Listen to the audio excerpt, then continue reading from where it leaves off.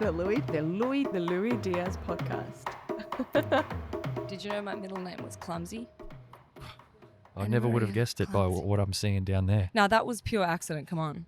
No, I know. That was- don't I'm do this taking to the me. piss. 1, 2, 3, Action. action. Let's get into it. You know, this is my last recording for 3 months. Yeah, you mentioned that. So, 2 things. It's special in a way, I got in the last slot. and it's nice to be doing it with someone I'm friends with as well. You know, as a meaningful kind of gesture to end this season of a lot of growth for me. And I'm a lot's proud of you. happened in both of our lives since I last saw you as well. And we'll unpack some of that. And also, like, it's getting freaking cold, but finally, Today's a good day though. you didn't have food when you came. And I had food before. I Oh, see, like, I was like, there's no way I'm doing the last episode starving. without food. Oh yeah. I actually. 'Cause it's been the best part of the podcast since I started asking guests to bring food. It's Well- been the funniest, most random thing, honestly. The one that I saw was the cheesecake. Oh, you saw the cheesecake, Christy Russell. So when I read the little message that said about the food, I was like, what? Like I thought it was just that lady brought food. Oh, I thought she was just a sweetheart. yes, she is. Well, you know, she took it to another level. She bakes it. Yeah, Yeah. she baked it the day before. Full. It looked cool. It was amazing. It looked proper. But like when I say food, it's like I had a guy bring stale hot cross buns, you know, Well, from Coles. do you want to hear the thought that crossed my mind as I was leaving my place? I thought I didn't open my computer and check the email again. Are we putting that down? Yeah, I'm going to put it down, but I'm like Leaving. listening. Oh, Yeah. okay.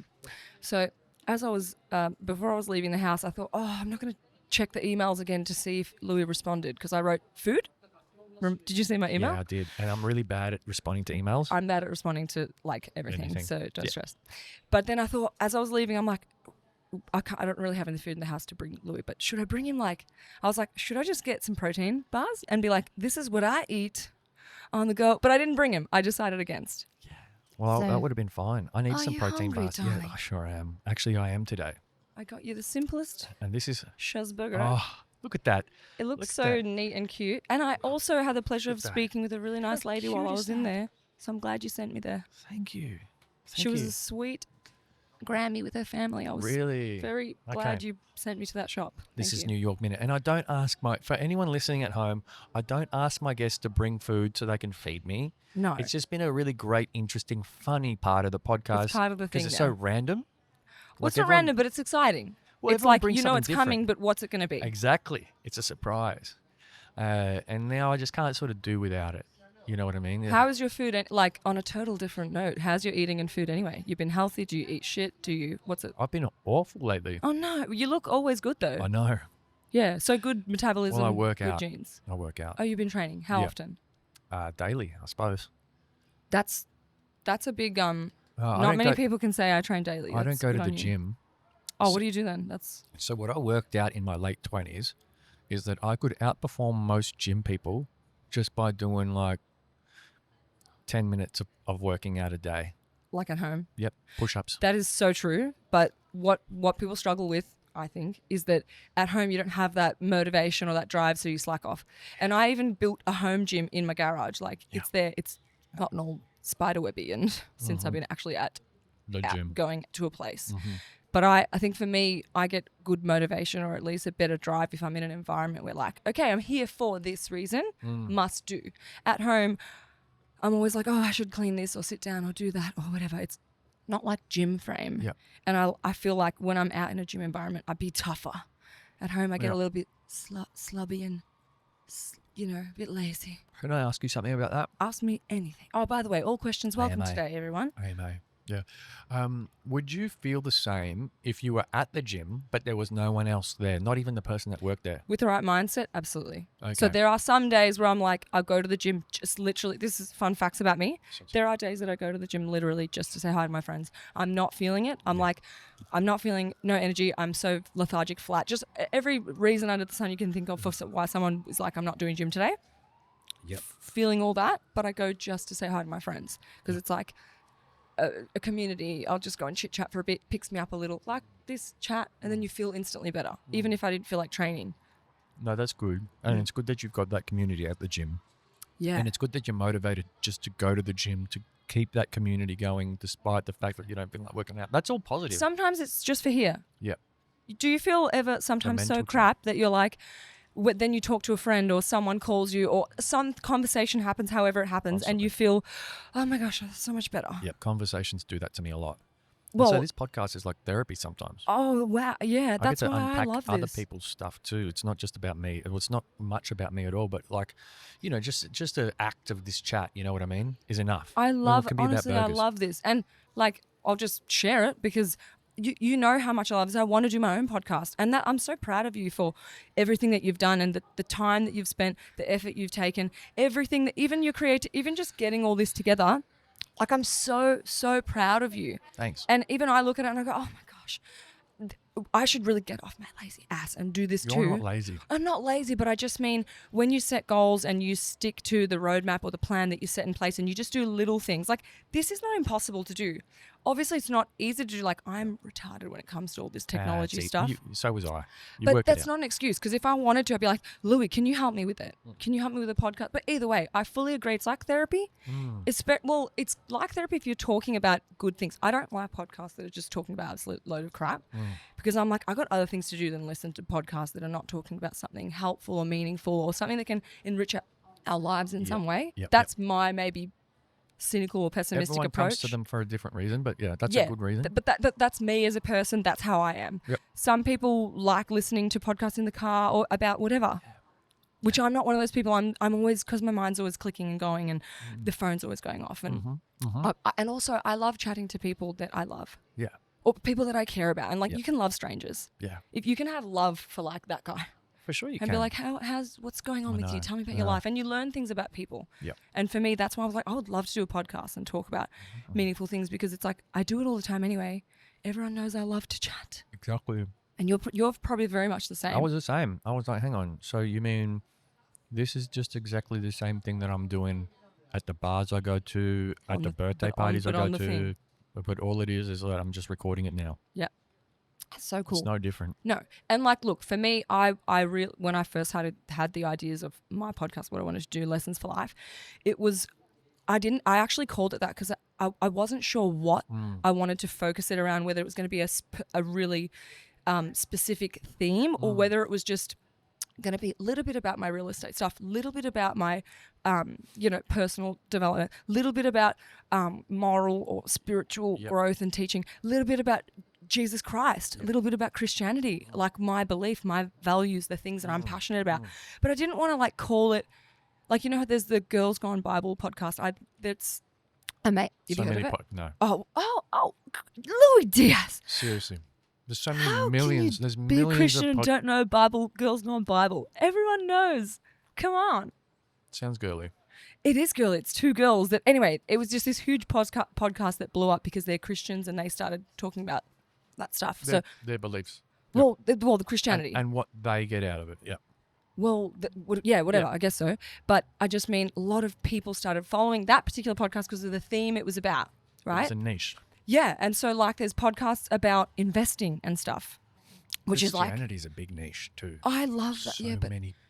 That's such a big audience right Well, there. it's a very heart-filling thing. If your heart is open to something like that, spiritual stuff is very deep. Come on. Yeah. It's different to how to invest in 10 properties by the time you're 30.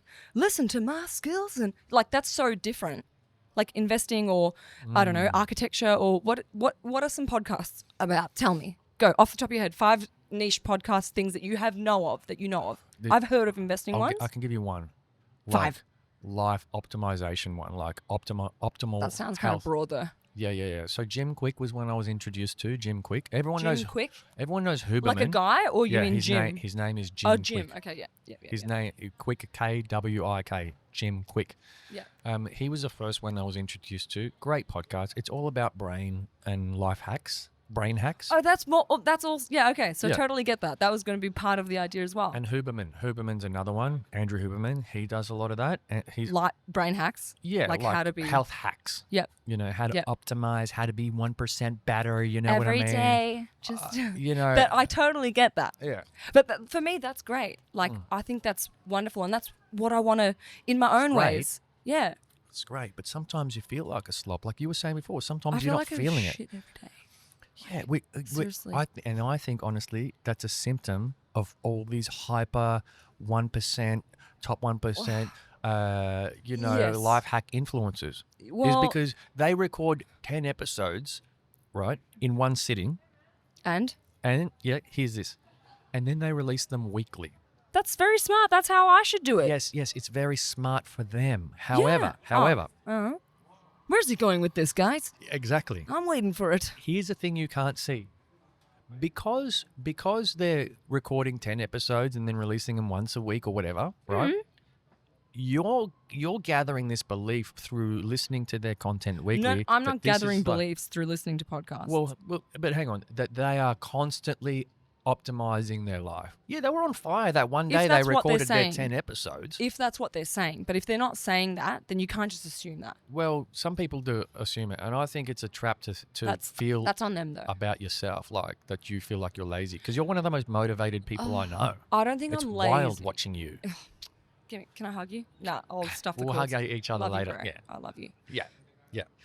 I feel the but same you about are. you, but I feel the same about you, and like I don't. But I can admit that I'm a slob and be okay with it. I said I feel the same about you in the sense of I think you're also active and doing the best you can and always showing up. And I didn't say you're not a slob, but No, but I think like I am sometimes. oh yeah, I'm but having I the think we same all reflection have. as you. We all have inner slob at times, exactly. guys. Come on, Exactly. like it's life can be, especially when like life gets heavier on your shoulders. Yep. You feel like you're slobbing, but you're actually just kind of like slanting Yeah, because yeah, good. Oh. How many chin up push ups after that? Sit ups. How many sit ups do you reckon would 200. burn that burger off? Just 200. on a random. 200. I reckon like 2,000. No. 2,000 could potentially burn half the You know burger. how Let's do many- the science later. Do you know how many muscles you use in a push-up? Like, you know how much you're using I in actually one do- push-up? Yeah, I did them this morning. I did Pilates and I was like, Yes, Pilates is awesome for that. You're You should using so many microfibers in, oh yeah, I know. in your spine. No, easier, 200 push-ups. This No, is no, done. 2,000. Maybe 20,000. Okay, shoot for the moon. How many days will it take us to do those? But back to what we were saying about the micro. What did you call it? Micro improvement. 1% yeah. incremental improvements, life hacky improvements. I think that like those podcasts, it's very much like you just have to, if you enjoy listening to that type of stuff, you have to kind of be interested in, or at least respect that person that you're listening to. Otherwise, it's like, why am I listening to advice from someone that I don't even like look up to or whatever? Yeah, that's true. Yeah, and you can't really judge people unless you can't, if you don't know someone, like don't judge preemptively because like, well, that's not good and why. But yeah, these things that are, that's not really niche, it's kind of broad, but those are the sort of things that I like, because if we can all somehow help each other and if we can all enjoy what we do with our life every day, I think that's a really positive and beautiful thing in life. And that's why I'd love to do this, and that's why I'm so proud of you. I mean, I don't really know what all of your podcasts, what they all talk about. They're comedians. You guys are sort of just talking about We get dark, whatever we get really. dirty. Oh no, I don't like the dirty. Yeah, but like people are in their It's for not in a it's self-discovery phase of their life. True. Well, when you say get dirty, what do you mean? What are you talking about? Just rude jokes or whatever. Oh, a little bit. Not Okay, a really. little bit cheeky. Yeah, they might get a little cheeky, but not like. Is this a not what raunchy. rated podcast I is definitely this? am. Oh, so not for the children's can't come on here and listen. Well, I wouldn't recommend this for kids under 13. That's like way above 13. Yeah, 15. But What you know, what are the dirty jokes? I mean, without being too explicit right now. No, I because, just drop F-bombs. Oh, just language. And okay. sometimes I just drop a lot of them. Okay. Depending on who I'm talking to. Yeah. Would you like to hear something special about me? And I'm not going to pretend like I'm getting it all right all the time. I'm still tripping I over would and love to. stumbling. I've been cutting out swearing out of my language. Oh. So the F-bombs, I've been still dropping them here and there a little bit, but I noticed that I Are only you lose a consciously? bit. No, because I've been, my family and I, we argue a lot. I love them. Right. I love them so much, but we often get mad. When I've been a bit arguing with mum and dad and stuff, I'll be like, the effing thing, you know? And it's like, my mum's like, don't. And I'm like, sorry, yes, okay, I didn't need to say that. But like, Yeah. I feel when you sometimes get angry is when you lose a bit self-control. Yeah. And when you lose self-control is when you do the things that you don't want to do. So Exactly. have dropped a couple, but like I used to swear And I'll just tell you guys so everybody knows my little secrets, not secrets, but all my flaws. Let's just lay out our flaws today. Why not? But I was like swearing a lot with have many. people because I felt like I didn't realize that you have to bridle your tongue. You have to like, be mindful of how you speak and what you say. You can't like your tongue is it's like you know what I mean? Like it's very That's true. powerful. So It is. Watch what you say, people, and be mindful of how you speak.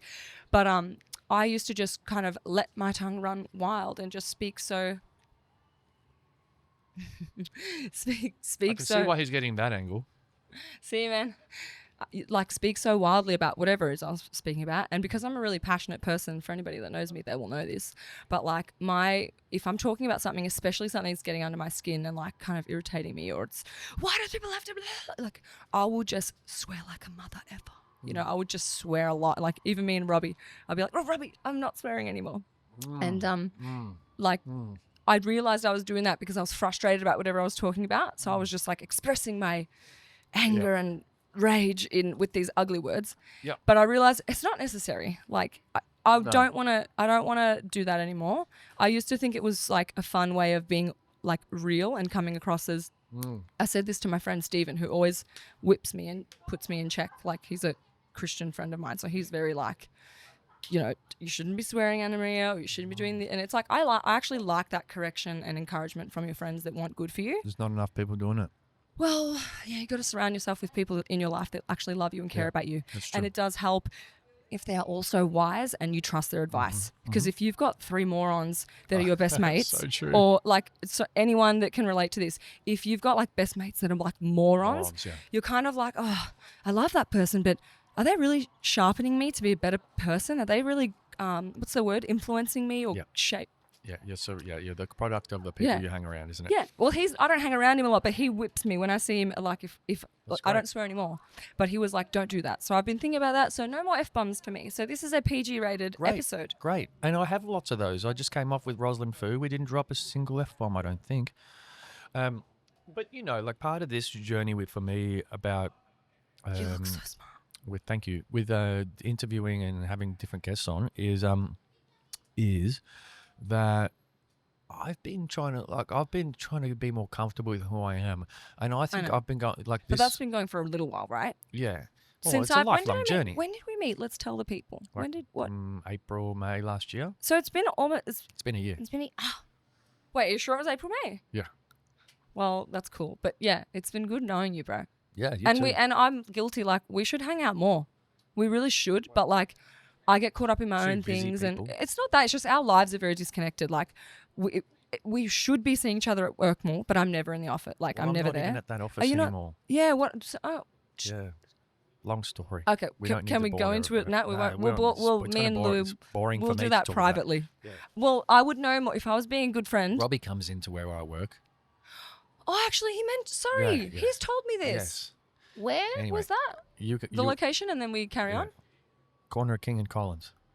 Okay, he told me something. It's another one of their buildings. So it is still a share office thing. Cool. Yeah. But either way, moral of the story, if I actually made more effort to call you and be like, hey, where are you? What's happening? Like, I'd know more of these details. But you know what I mean? Time passes really quickly these days. I wish we had a common place where we saw each other more. Like my friends at the gym, it's easy for me to be friends with all those people because we're always in a common place at the same time. Otherwise, if we weren't, I'd never see them. It'd be hard to catch up because, like, even my bestest friends, my 2 bestest girlfriends, it's hard for me to see them because they've got their life. Yeah.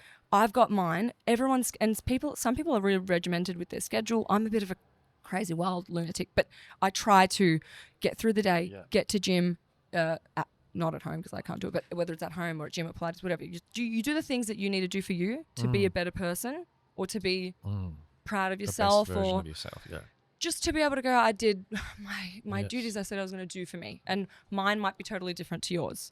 But when we're doing all that, we tend to lose track of, we tend to not always have time to catch up with all the people we love, especially if there's so many. Yeah. Well, that's the thing. It's like life is, adulting is figuring out what you need to sacrifice.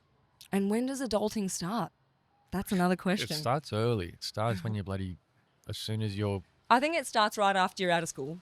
I think it starts earlier. That's me. Oh, no, it's because I think in school you're not living adult life. You're still got to go to school. You don't have your license. You're still kind of not an adult. It starts there. Do you mean in year 12 when you get your license? Like when you're 15, you start to get responsibilities, like make your own way to school.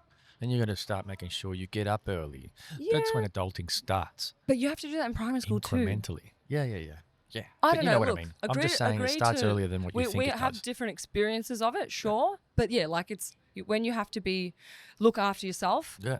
Make your own lunch or whatever. That's when adulting starts, when you realize that that you have responsibility for your own outcomes. Yeah. And that starts early. For me, absolutely, I reckon 18, get your license. That's when it started for me. Yeah, sure. Okay. Yeah, it happens different for everyone. But yeah, I mean, you got to learn what you have to sacrifice. And we didn't introduce you properly, and I know it's been 20 don't minutes. introduce me. I don't want anyone to know who I am. Well, I'm kidding. modesty. Introduce the Did you win an award recently? I did. What was it? Melbourne Agent of the Year for Melbourne. Realestate. Realestate. Yeah. But no one they're only good if you're like in the industry. It's like, it's just, what even are awards, schmawards? So you're a real estate agent and you were doing jiu-jitsu at one point, but you're a general health and fitness person and you're a Christian. Yeah. Yeah. I think that's a good summary. Yeah. I mean, just so that everyone has got a bit of... I just needed to summarize it so everyone's got a bit of context. Is that what you because normally we're jumping around. Yeah, but I love it. That's how all my conversations are. And I'm terrible at introducing my guests for a reason. I don't like the formality of going... Oh, okay. You just want to be real and casual, like we said hello. Yeah. Exactly. I saw this podcast once and I swear this woman took 2 minutes to introduce her guest. And I'm like... You're like, wow. I'm like... But that's probably how they do it. It's probably the rhythm. Yeah, but I'm like, what has your guest got to... Like, you could see kind of like this... almost kind of this guest's face as she was being told her own stats in life in real time. And you were like... She's like rolling her eyes around going, what am I going to talk about now? You've basically just... Explained me. Yeah. I think some people like the introduction at the beginning so they know what they're getting into or like they know what they're hearing. And I appreciate that. That's why I was like, quick. Let's do it. Yep. And now we can keep talking. Can I introduce Louis Diaz, how I know him now? Oh, yeah. Okay. So this is Louis Diaz, my friend who I met in my work building. And we quickly, that day, like the first conversation we had, that was nice. We're just friends instantly. Yeah. Louis Diaz is a big-hearted, sweet man that is nice. Figuring out life and getting through it the best way he can. And always, I've never seen you angry or mad or rude to any. Like, I just see you as a sweetheart that is kind to people and is respectful and generous and loving and... You've only seen more positive sides. Okay, thank you. Well, I don't live with you, so... Yeah. Get this out of the sink. No, I'm What's not like this that. doing here? We're human. We all have positive and negative sides. Oh, yeah. I'm not those, though. I don't have those. I'm more yelling at the TV. I yell at the TV a lot. I full scream. Football. Mine's more like if I'm watching like a debate and there's two people and I'm like, yeah, what he said. That's great. That's great. Love that. That's positive. That's energetic. Yeah, well, thank you. That's a nice summary. It's true. Well, and then you ran up to me at church one day. Oh, right. So the continuation of the story. So we met that day at work. We became friends. And then literally the following week, I went to this church I hadn't been to church for years. Years, really? You hadn't? It was literally, I think it was literally years. Like, no, 100%. Because it would have been less of a big deal if I had gone back every now and then. But did not go to church for years, guys. And like, I mean, we'll get into that later. But it was sometimes you commit to things that eat up your Sunday. And then you can't go anymore on Sundays because you've got soccer or whatever. And then a long time passes and then you kind of get out of that rhythm of going every week. And then that's when you can... Anyway, so I went to church for the first time in so many years. And the first time that I go, I meet you there and I just met you. And I was like, what the... I was with my little brother. I was like, Louis, what? Yeah. I don't know if I even remembered your name, but I was like, hey, you're from my work. You yelled my name out. I did, yeah. Yes. Wow. Yeah. How did we hear that? It's because we got the extra sensitive That was microphones mad. happening. Yeah. Yeah. But yes, that was so cool. It was just very coincidental time. Out of all the churches. I know. On all the days. It was weird. I was like... And you were way whoa. shorter. You were way shorter. No because- heels. I wore Yes, sneakers. because I met you at work with heels on. I didn't know you were wearing heels. It's not You like I just was kind looking of- at your feet. No. But then I was like, Little person. Who are you? the second time I've seen you, there's a significant height difference. Yeah. And I'm like, oh yeah, I know you. Yeah, I'm normal on the weekends. Yeah. During the week, I'm high heels. Yeah. But in the office, of Yeah, course. you have multiple modes. Yeah, today I'm Yeah, badass. today you look badass. Hold You on, look like let's show Lara them Croft. my- You're not training to fight again, are you? I am. I'm getting ready. I'm going in for the disabled jiu-jitsu Olympics. What? That should be a thing. You'd good This qualify. is the crippled well, people can Olympics. see that on this camera. With this camera, people can see what happened to your leg. So why don't you Well, just they tell can't us? really see, but Well, they could see the legs been injured. I broke it. Went to my first comp, and it was just a very unlucky move, and it snapped. It was really one of the hardest times I'd been through. Yeah, when if was not- that? Today. That was January we're 19th. in the late May now. This episode's not coming out till early September, by Oh the way. yeah, because you're having a break. Yep. God, how long does it take you to edit an episode? Like do all this? Like, I've got it down to like 5 hours, Okay, so you're good. including You're clips and stuff. proficient. Yeah. Yeah. Well, I mean, considering it's like almost 2 hours long, yeah, that's pretty. Is that proficient. too long for a podcast? Yes, in a way. Yeah. Yeah, definitely. But just depends what you consider a podcast. I mean, podcast is so many things now. Yeah. You know, I was listening to one recently that was recommended. It was called The Rise and Fall of Civilizations or something like that. Those episodes are That's 4 cool hours though, because long. it's like you're learning about, like for example, History. for me, I'd love a history Yeah. podcast. That's crazy. I think this was 4 hours, and I think maybe it was in 2 parts. That's okay. And I think it was so much PTSD with that ringtone. And Oh, why? That's a bad just ringtone for reminds me you? of an alarm Oh no. that I used to have at one phase of my life. And that was like 4 hour long episodes. And I think there was 2 parts just to ancient Egypt. Wow. But I loved it. You're and I'm learning. like, well, this isn't really a podcast, is it? This is like an audiobook series. But, you know, without the Yeah. needing to go through Yeah, yeah. Audible or Just Amazon or listening to whatever. something. Yeah. Yeah. You could just publish yourself.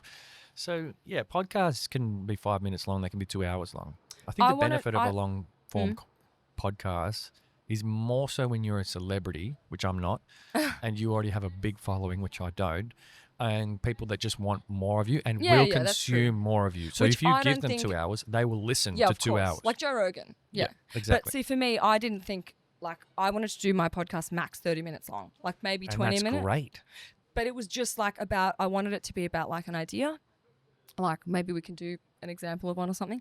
But like I just wanted it to be on like an idea for that particular pod. Are you getting chilly? Not at No? the moment. Okay. Yeah, I'm trying But- to stop from getting chilly. Well, but this goodness. beautiful stylish pea coat you have looks like it's super weatherproof. But yeah, like an idea where it's kind of like, what are we talking about today? What have I learned? What's the message? What's the moral of this thing? How do we apply it to our lives? Kind of like church sermon, but 20-minute version of it, like short little, and like, you know, maybe one can like legit be one where whatever you're talking about, you might have a scripture that you're relating back to. But the idea is it's an idea, you're explaining it, talking about it, something insightful. I like insightful 20 things. minutes to half an hour. 20 minutes to half an hour of just something really insightful. You know what I Half mean? an hour is a long time. For example, let's do this. Let's do If you're just giving insights, 10 to 15 minutes is a great length for that. not insights like You're telling a story, relating it to Uh, something. I don't know, but just like talking about maybe how you can apply that thing in your life. Yeah. Whatever it is, whatever the story is, the moral is, the lesson is, because it's Lessons for Life podcast. Yeah. Not I don't know, whatever another podcast is. You know, do you get me? Yeah. 100%. I think what I've learned is that you need a niche at first. Yeah. You were talking about that before. You were like, oh, should I find a niche? And then you brought up the Bible girls, Christian girls, No, well, Christian my girls podcast. that's true. The point I was making was I named it Lessons for Life podcast because although I didn't know exactly what I wanted to talk about, I knew that it was going to relate to that in some way. Yeah. I knew I wasn't going to make it just about this, just about business, just about Yes. Christianity, just about whatever, gym, training, yeah, staying yeah. level-headed, staying positive, whatever. Right. Yeah, it makes sense. Tools. You've got a fair following too, though, on social media, don't you? Like Oh a my few God, thousand? they're fake. So Oh. so I signed up for this. Like there's probably about 2,000. Yeah. So I signed up Real for this ones. stupid thing called don't buy it, guys. Path Social. It was like coming up as ads. It looked so official. It was like if you put in your details and you put in like what your business page is about to be about, or like what it's about and what kind of things you follow and whatever it was, right? Yep. Which I went through all of those steps, and it was like you pay like $60 a month. I can't remember what it was, but whatever it was a month, and it was like it says that it helps with the algorithm of natural organic following, blah blah. I quickly realized it was all absolute crap. And they were just like accounts following that you're like, what the hell is that? So much crap on the internet that they're selling people these days. But it looked so official. Fraudulent. It didn't look like, you know, those super scam Indian accounts. Like it looked so official, and it's still there. And like people are probably getting done by it. But eventually you just catch on and realize that's not a real follower. Why would that person be following my page about fitness, positivity, who like what I do, who I am? Like they don't know. What? Gerhard You just from can like West Germany is following you now. You know even what I mean? just ones that have like no posts following like what this many people have like it's just you can just tell that it's absolute crap. It's like they hack and hijack accounts that haven't been used for ages. I think they create them. I think but I just don't know how Past Social looks so official and hasn't been like reported or like Pathological scammed social, or not scammed, like do you know what I mean? Like taken off or something. I don't know. It's obviously legal. But yeah, so my following's not that much. I don't have 8,000 followers. There's like probably only like maybe 2, 3 because everything's. I've started networking a lot with people in my industry, with buyers that follow my account to see all my off-market listings, and I've been putting a lot of like positive like challenges that I'm going through. Like when this happened, I was writing a lot about the depression, about going through this injury. I remember seeing some of that. It was tough. It was heartbreaking. But yeah, like so many people reached out to me, and even though Instagram is it can be so bad and it's causing a lot of pain and grief and just all these wrong ideas in people's life, especially young people growing up. It's really confusing people's ideas about what's reality and what do you need to be happy. Because Instagram let me just publicly announce this. Instagram is a big trap. Don't fall into it because it's a hard trap to come out of. Do you know what I'm talking about? Well, I do. And I was talking to Rosalind just before about this, and we were like, no. Well, we settled on no, essentially. Well, the contrary to what you're saying. All right. We're basically saying that it's just another tool, and like every tool, it's in the power of the beholder. It is another tool, though. Yeah. I don't agree. I don't disagree with that. Yeah, and so with any tool, like a chainsaw, you can either chop down firewood, or you can use it for a Texas massacre. You know what I mean? And so, Texas Chainsaw Massacre. Yeah. I was so scarred. You can use it for good, or you can use it for bad. Yeah, exactly. And I think when someone goes to the problem is that this social media stuff was given to us, was put in front of us without being tested. We were the test bunnies, right? So what we found was that a lot of uneducated people who weren't educated in the possible offsite effects and impacts of it, were using it, and then it was just like it was always social media was always around. This was just a very different and immediate and social media has only been around for 21 years. No, but I just mean Facebook was MySpace, Facebook, and whatever else came before Insta. Snapchat or something. I don't know. I never had. That came after. Whatever. But it's like there's already this stuff was in. I'm getting cold. Are you? Sorry, babes. I should have brought a big coat, but I. Do you want my coat? You can wear mine. No. Take that bag off. Put this on. It's cold. You keep that. I've got to puff it. No, Louis, no. It's cold. Come on. Just let me be a good Christian. Yeah, but you're going to watch this. He's going to get cold very quickly, guys. No, I've been wearing this all day. Yeah, but the sun's gone now. That's why the chill has come in. Okay, when I start shivering, we'll talk again. Okay. You take your bag off as well. No, but it's for my, Oh, is it for your legs? Are you comfy now? Yeah, my You've legs got warmth are getting now. chilly. Okay, Yeah. very good. But this is... Hey, by the way, you watching at home, that was way more gentlemanly than I normally am. It's actually really cold here, guys, and I'm not feeling comfortable about this, but he started taking it off, so it's off now. Let's see the degrees because it is No, it said it was going to be a top of 17 and a low of 8 today, so it's at least 12. It is at the top of 17 currently. Not here. You're right. Well, Not here. It's chilly in here, but it's all, now that the sun's passed, it's like the cold air is coming in.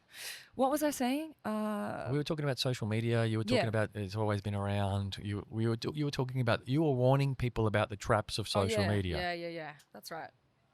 Yeah, but you've got to know that it's for good and evil. Like there's good and evil. Oh, this is so Good funny. and evil in everything.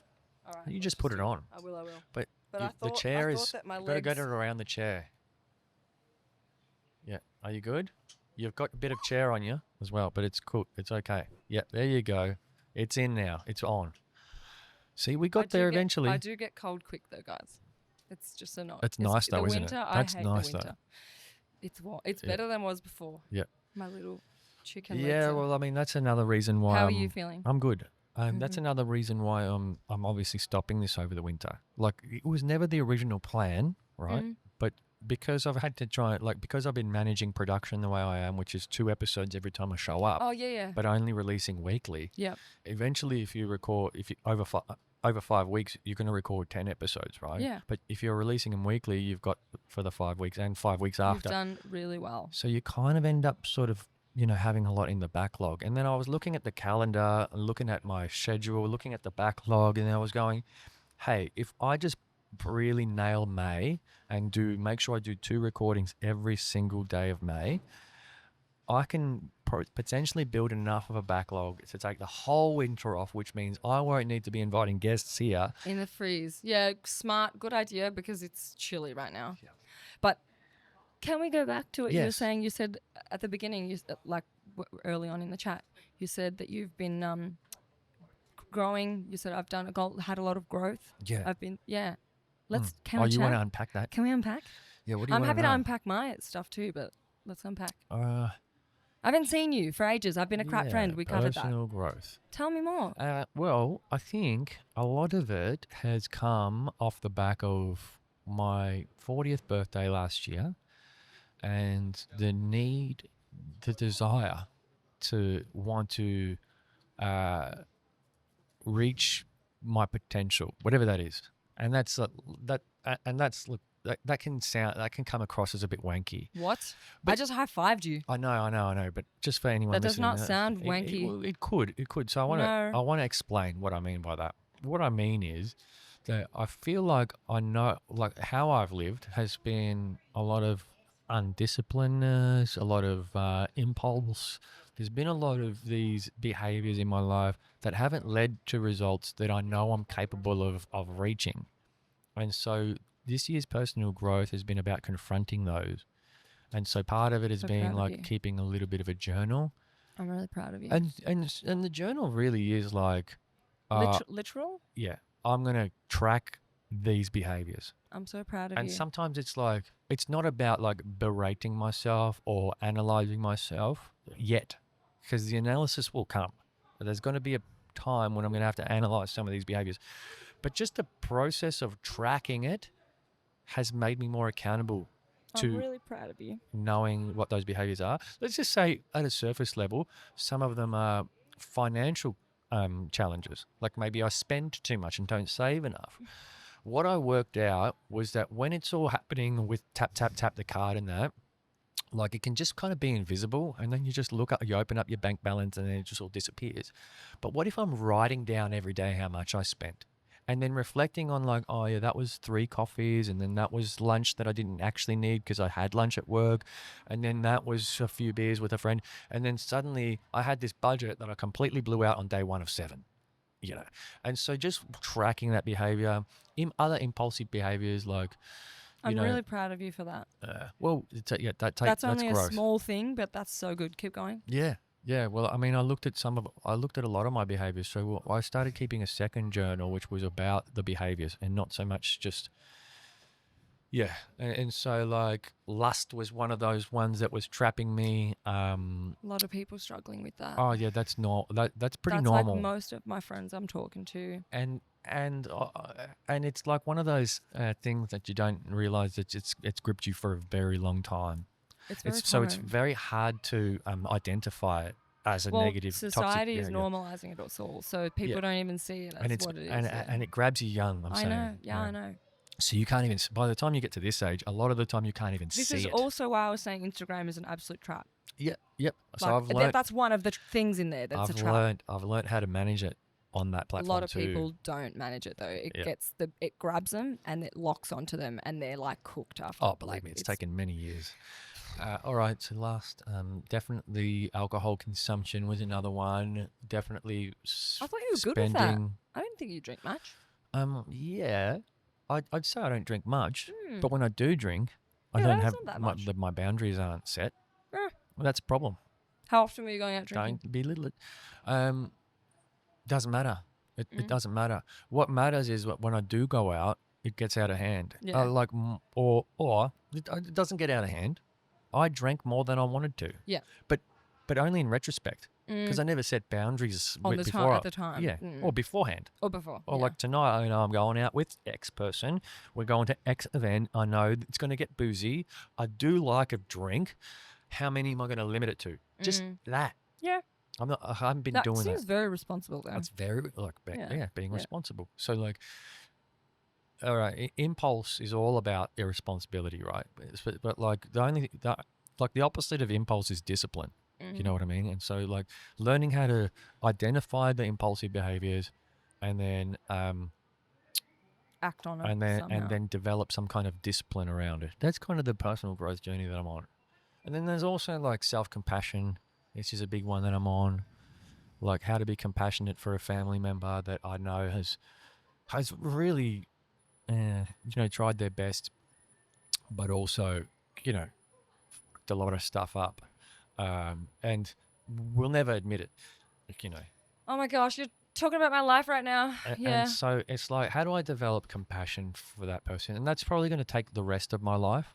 Well, and what do you feel you're struggling with? Because if you're not just telling forgiveness. yourself to be forgiveness.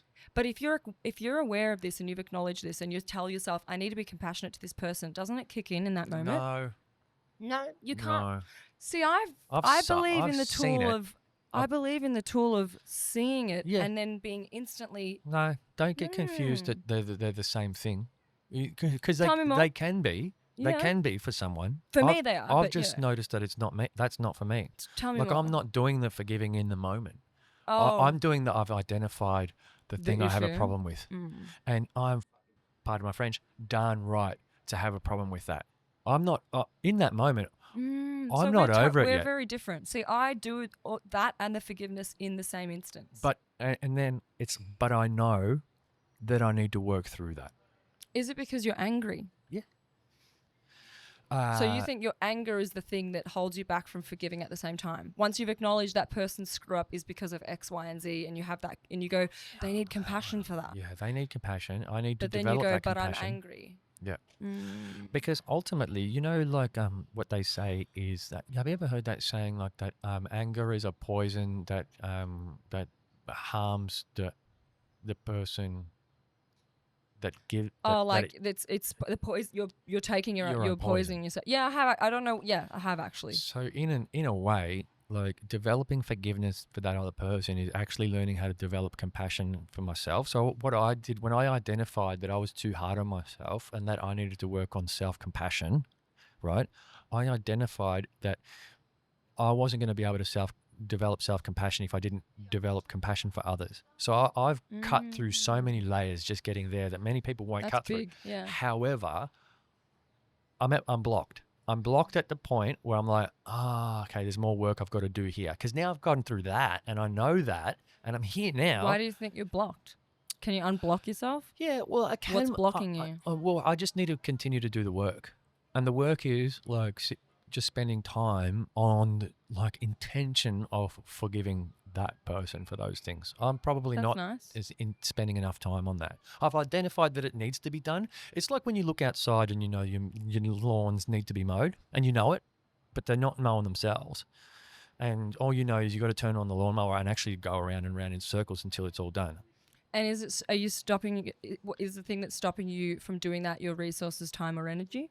Well, we like I'm like everyone else, and then we will lean into the things that we know are comfortable for us, whether it's exercising a lot, being overly productive. Like the podcast is a great thing in my life, but it's also an excuse to not be doing personal self-development. You know what I mean? Because I think this is part of your self-development, and I'm really proud of it, so I wouldn't put this in the negative pile at all. I'm not trying to. But I've had a couple of comedians on actually that told me, Sweeney, the psychologist that I had on, he was like, society celebrates productivity. right? So in a way, productivity can be one of those toxic behaviors that can stop you it's from because doing the everyone real thinks growth. they need to do more. Yeah. That's just normal. That's just part of the thing. But yeah, what's stopping me is just all the excuses that I make. Yeah. Well, it doesn't look like anything's stopping you right now. It looks like you're doing everything you need to be doing. Well, I'm on the best you can. journey. I am on the Yeah. journey. You know, I packed my bag, I put the rucksack on, and I took off. I'm on the journey. Like, I've gotten a lot further than many people get. Photo time.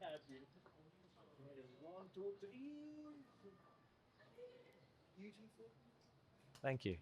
Wunderbar. Thank you. Dankeschön. Dankeschön. Yeah, so I've gotten further than a lot of people get, and I acknowledge that. I'm proud of that. But also, I know I've got more work to do, and it's great. That's fine. That's normal. We all got more work to do, bro, and it doesn't finish until the end. My dad No, it and never me were finishes. just chatting yesterday, and lately we've been reminding each other of there's a scripture that says, run with endurance the race that's set before you. You have to run with endurance, and like, you know where the finish line is? When you Never. die. Yeah. No, well, when you die, like the physical finish line is at death. Yep.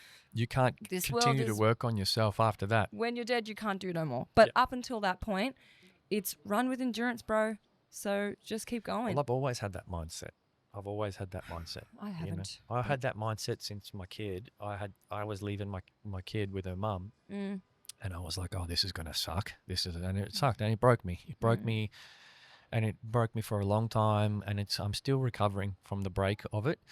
But the one thing that I did know back then was that one day she'll be 18. Yeah. And that's actually not too far away. And that if I just hung in there somehow, didn't know how, if I just hung in there, kept calling, things would get better. And remember, that was the first time for you being a dad too. Yeah. And so, yeah, she calls me all the time now, just to tell me random stuff, what she ate for lunch. No, you told me. I know this. You told me you've got a good relationship with your daughter. A great relationship. But it's only because I kept calling. Well, that's effort's paid off. And that's the endurance bit, yeah. And so my point is, it's not to make it about me, but my point is that scripture is true, and I've got the lived experience of it. And you have but you're to still do living with, it. Yeah, You're going. exactly. But you have to do it with faith. You have to have faith in that scripture. You've got to go into it, because I didn't know. You know, I could have died. She could have died. Anything could have happened in that time. But I went into it with faith, thinking, I don't know how this is going to work, but I know that this is just a mindset I need to have. And I've been spending the last couple of months thinking, I've come a long way. Yep. It worked. And you've come a long way. Yeah. But if you gave up, you wouldn't have made it here. Well, yeah. But I throughout that process, I've looked at guys that do give up, and I've understood exactly why. I understand why people give up all the time. Yeah. I know the feeling. It's like some people never have that feeling, but some people have it quite often. Yeah. And it's like we're all just built a little bit differently. But it's a lot of people know that feeling of just wanting to give up when everything feels too hard and too heavy. And when there's too much disappointment and too much pain, and you're just carrying a lot of it. And it gets really heavy the longer you carry it. So feeling like wanting to give up happens to all of us. But carrying on and pushing through is the decision that we make. I know. And it's really rewarding when you do, isn't it? You know that. Like when you do push through and you come out of you're not fully, out of it all yet, but you come out of you go from a little ebb to a flow or whatever. Ebbs and flows. And you're like, oh, yeah. But that's life. Life is ebbs and flows. There was a better day beyond that day. There was, see? And you have to have faith that there will be too. You couldn't see it at the time. No. There's probably certain things that some people can't recover from. Like I've met people who have lost a child. Yeah, it happens. And that, I can imagine it's very hard to come back from certain things. But for most of us, everything's recoverable. Yeah, most but things some things you take them with you, and it's just the mindset that you choose to adopt. If you choose to adopt the mindset of, I've lost my child, this has been so tough, I want to give up right now. Or you go, I've lost my child, this has been so tough. How many other people that have lost their child can I help through this? And what can my testimony and my story do for some other people that are going through the same thing? Because I think that life equips us with being able to help others. And it equips us with the different experiences that we go through. If you've been through something that is actually a strength in you that you can help someone that's going through that same thing. 100%. But that's actually how I see these things. Like when these ugly times or challenges or very brutal things happen to us, and this is like, for me, this was brutal, but a lot of other people that have been through much worse would be like, that's a crumb. That's a crumb, girl. Yep. But like when we go through the challenges we go through, they actually equip us to help other people better. Yeah. It becomes our gift. It becomes our skill. It becomes, not our skill, our strength, you know? Yeah, Something that we 100%. can, It's a virtue that we've collected, you know, in the along many the way. in the many badges that you can collect in life. We go on these different journeys and we collect different ones, and they are for the, like, I do believe in that. I agree with you. They are for the purpose of like going, all right, well, I've ticked that box now, and that was hard. If you see How it can that I way. make it easy for someone else? If you see it that way, because Yeah. a lot of people will not see it that way. A lot of people will go, woe is me, this is crap, I hate this, bye-bye. But some people might go, well, that was a tough experience and it's made me tougher.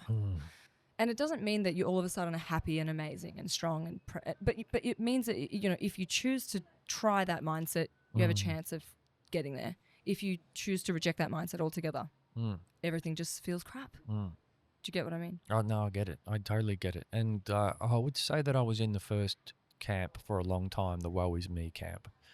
I didn't understand how to reframe my experience, but that's only because I was going through it. You know what I mean? And it's heavy. And that's really hard. Yeah. To go through something like that, it's like you can't be thinking, all right, how can this help someone else? No, sometimes you got to let it suck. No, sometimes you're not strong all the time through it. Yeah. You don't have to be in warrior, let's help the world mentality through your Yeah, problems. and it's really inauthentic.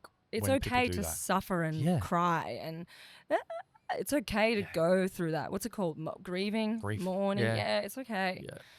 I mean, it's not a good feeling. It doesn't feel good when you feel hopeless and just like crying and giving up and not getting up and not. That's not fun. But it's okay to go through that. You've told me that you've felt like that, and I look at mate, you and I'm yeah. like, how? I You've still got a do. good career, and like you're No, good I looking, and still you're feel like like that all got the a good time. heart, and you've got a good brain. You know what I mean? I'm like that made me feel sad. I was like, what hope is there for the rest of us if Annamaria is going through this? You know what I mean? Sometimes the bigger your heart is, the more you feel the pain. If you're cold and, cold and just hardened, and you feel a bit indifferent to things and people, and like you feel less pain. But if you're like a big sucker that just cries it for anything or just feels anything very deeply, you're going to suffer a bit more. Sorry, it's just like the reality. No, well, I understand that, and I have two takes on that. The first one is that there's two ways of dealing with that. The first one is that you can numb yourself with alcohol or drugs or anything. Yeah. And that's how you avoid feeling things. The other one is to somehow... That ends up making you feel more shit things. Well, yeah, for sure. So- 100%.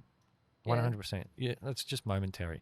And then the other? Yeah, and it's not good. Like, I wasn't condoning it. I was just saying how people... The other is They do it though. developing stoicism. I don't like that. Yeah, well, I know that's it the only happens. other one that I can think of. But these are consequences of suffering. Yeah. They're not like a good, in my worldview, that's not a good mechanism, or that's not a good defense, or that's not a good sort of fixing approach. Stoicism is really about understanding that, like, life has ups and downs, and that you're not like, and that they're temporary. That's kind of what I mean by stoicism. Oh, okay. So like just being a little bit tougher through that moment. Yeah, well, I thought you meant understanding being a bit tougher, just and guarding, like shielding not yourself. necessarily off to things. shielding yourself off from the emotions, but just it's like it kind of zooms. It's a bit of a stoic mindset. Just zooms you out of the situation, And you stop the and emotion of it. and then you see yourself as a whole human on a journey, and you go, oh yeah, I'm 34 now. I'm 40 now. I'm not talking about me. I'm 34 now. I'm going through this terrible time. But also, when I was 16, I had the time of my life. When I was 24, I had the time of my life. And probably when I'm 37, I'll have the time of my life again. Stoicism enables you to develop a mindset that can help you Absolutely. see the past as good, see the future as possibly good, and see the moment as a challenge Preach. that you'll develop a virtue from. Preach. Yeah. That's amazing.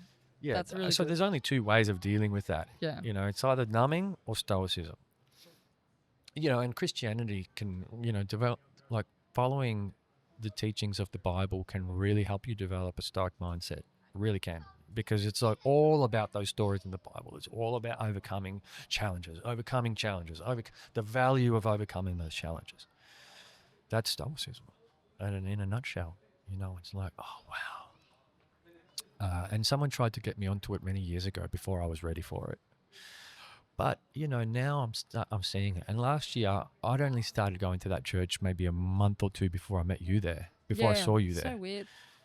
And it was probably the best decision I made for myself. Last year, I'll tell you what I also did. No. Oh, I don't know why I'm so cold and you're so fine, but yes, great. I am so fine. Carry on. You know what else I did last year? And this one's hard to admit, especially to a woman. But I ditched last year. That's great. Yeah. That's really great. And that's something that I had been introduced to at a very young age. I'm talking single figures age. And so I didn't understand the grip that it had on me and the consequences of that, right? And it wasn't introduced to me in a malicious way, but just an uneducated people, and there's a journey. There was a journey there. Was that a problem for me? growing up? Not. Yeah. I didn't realize it was. I've had friends that have problems. Yeah. That it's tough for them. Yeah. So the week I decided to stop was the week I went to church. And I didn't go. I haven't gone back. Like, I closed that page on the browser and never opened it, and haven't opened it again, and it's been 14 months. And I'm like, holy crap, how did I do that? And I'm like, well, I know that I've developed some kind of self-awareness and some desire to want to improve, but I also started going to church. That's so good. You know what I mean? And I just kind of like, I walked into that room and I was like, there's other people in here going through shit too. So good. And they're all trying to overcome, the hero's journey. Yeah, they're all on a hero's journey. But that's what church is, liberation. Yeah. It's not you go in there and all of a sudden you become this perfect person. You don't go to church and all of a sudden you become perfect. No. But you just go in there and all of a sudden you feel loved and forgiven and you feel free, and there's liberation in that. You can. I'm still struggling to get to what you just said, but I see that it's possible. But it takes time. Yeah. It takes faith, and faith takes time sometimes. Yeah. I took 6 months before I really started. So when I don't know, did I tell you much my story of when I went to church for the first time? I was 21. Oh, no. I haven't heard much about that, no. Okay. So when I first started going to church, I believed I knew who Jesus was. Let's tell the story, my testimony. So episode whatever number this is. You've got my phone, by the way. I was going to take a photo of you just then. Oh, inside where is your pocket. Phone? It's either one of those or one of those. Oh, inside pocket. You did say that. Here you go, bro. I'll take a photo of you. Got to remember this moment. Yeah, so go on. Oh, that's a good one. That's so good. Annamaria testimony. You want put it back in? No, it's fine. No, because So, when I was 21, I first started going to church. And we're talking about this. What drew me to this is that you said that takes time, or when I said people don't go into church and all of a sudden you're this perfect person. No. Yeah. And the Christian journey is a long one, and it's a friend of mine really liked this analogy of we saw a reel of this man that said Christianity is falling down and getting back up, and falling down and getting back up, and falling down and that's literally what it is. Yeah. I don't know any perfect person. There was Jesus. I wasn't there at the time. But all of us make mistakes, and all of us regret things, and none of us are perfect. Even the most sweetest little old lady that you think, she's made mistakes too, guys, I tell you that much. So when I first started going to church, I was 21. I started going because I had an experience. I encountered what I felt was God. That's what made me go, whoa. I was actually ready to kill myself. I was legit ready to commit suicide that night. I had a bunch of pills and a bottle of alcohol. I was legit gonna I was done. I was done. How old are you now? I'm 31 this year. Okay, so that was 10 years ago.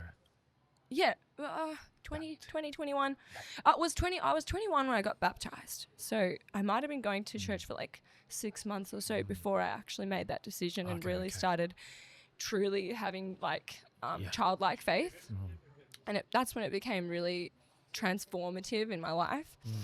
But I was pretty heavily depressed. Like my depression started off from like high school. So girls were really Did you go to an all-girls school? No, I went to a normal public school, but like, and I was always a tough girl, but because I was always really competitive in like sport and I really liked academics, like I was the sort of person that if I got less than like 90 or 100% on like a test, I'd be like, oh, what answer did I get wrong? Damn it.